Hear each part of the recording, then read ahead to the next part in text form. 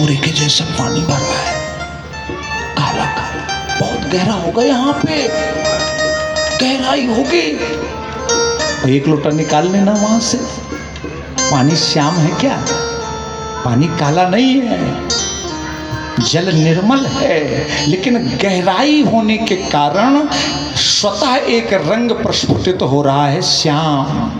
तो जैसे जल श्याम नहीं है पर गहराई के कारण श्याम नजर आता है, इसी तरह ये कृष्ण है, इसमें सब समाया है, इस कारण श्यामता उद्भासित हो रही। श्याम। तीसरा भाव देखिए, आप लोगों ने भगवान को एक नाम दिया है, भक्त वत्सल, भगत वत्सल, प्रभु कृपा निधाना, विश्ववास प्रगटे भगवाना। भगवान भगत वत्सल है। भगत वत्सल का अर्थ हुआ भक्त वत्सल, तद्भुत शब्द भगत वत्सल। और इसका भाव क्या है? वत्स का अर्थ होता है बछड़ा, गाय का बछड़ा। गाय माता के भाव को यहाँ पिरोया गया है, विद्वान श्रोता ध्यान देंगे। गाय माता के भाव को यहाँ पिरोया जा रहा है। भक्त वत्सल नाम क्यों पड़ा भगवान का? एक गाय ने बछड़े को जन्म दिया हमारे घरों में। तो गाय का स्वभाव होता है, गाय में इतनी ममता होती है अपने पुत्र के प्रति, अपनी संतान के प्रति, कि जब गाय का बछड़ा जन्म लेता है तो वो गर्भ के कचड़े से लिपटा होता है, रक्त आती, मांस, ठीक, वो मैला होता है। वो गाय क्या करती है? इंतजार करे कि मालिक आवे, साबुन लगावे, नहलावे, फिर मैं इसे दूध पिलाऊं। ऐसा करती का गाय? गाय माता ऐसा नहीं करती। बछड़ा जन्म लेता है और जहां गाय माता की नजर पड़ती है सो गाय माता चाटना शुरू कर देती है, अपनी जीभ से चाटना प्रारंभ कर देती है। वो उठता है, बछड़ा गिरता है, उठता है, गिरता है, धूल लग जाए, माटी लग जाए, गाय माता कभी परवाह नहीं करती का लगा इसके शरीर में, चाटती है। और चाटते चाटते वो बछड़ा खड़ा हो जाता है और उसको खड़ा करके, यानी वो स्वतः अपनी गाय माता की ओर अग्रसर हुआ और माँ उसे दूध पिलाने लगी। तो खड़ा सहारा दूध पीने लगा और मां चाटती है नहीं। तो जैसे ध्यान दो,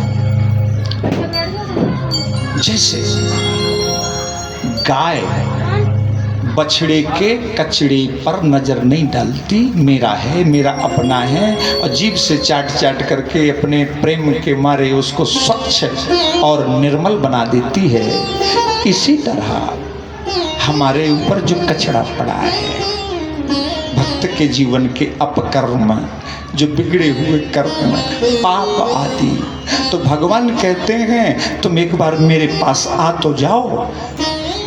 जब तुम मेरी शरण में आ जाओगे तो मैं क्या करूंगा? अब देखिए, मैं दो चौपाइयां पढ़ रहा हूँ। भगवान कहते हैं कोटि विप्रबध लागे ही जाहू, चाहे जितना बड़ा पापी हो, चाहे जितना बड़ा कचड़ा लिपटा हो, कोटि विप्रबध लागे ही जाहू, आए शरण तजौ नहीं ताहू। अगर वो आ गया मेरी शरण में तो मैं इस पर विचार नहीं करता कि उसने कितने पाप किए हैं। अगर वो आ गया, गीता में भगवान ने कहा सर्वधर्मान परित्यज्य मामेकं शरणं व्रज अहम त्वं सर्व पापेभ्यो मोक्षयिष्यामि मा शुचः। तू पापी है तो क्या हुआ?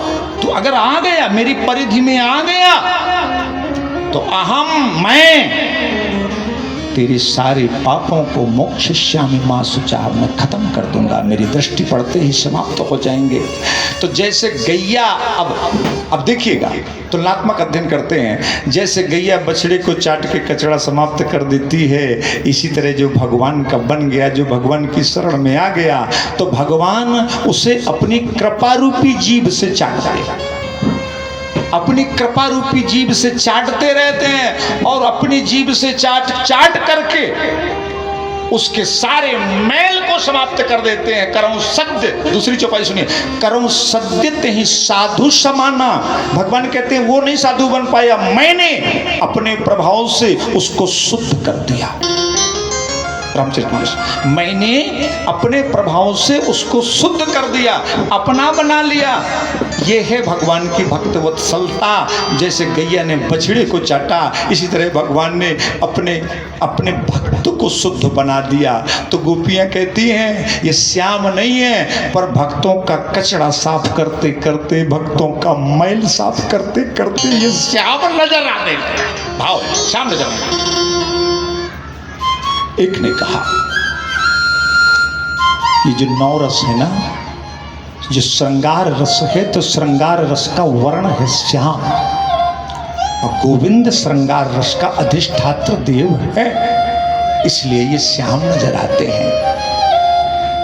एक ने कहा ये सब बातें हमारी समझ में नहीं आती, हम तो एक बात जानते हैं कि यशोदा ने कारी अंधेरिया में जाया, अंधियारे में पैदा हुआ है, तो रात का असर आ गया, सो श्याम नजर आ रहा, सो श्याम नजर आ रहा। अब भगवान के स्वरूप को देख करके वो गोपियां आनंद में भर गईं, और आनंद में भर कर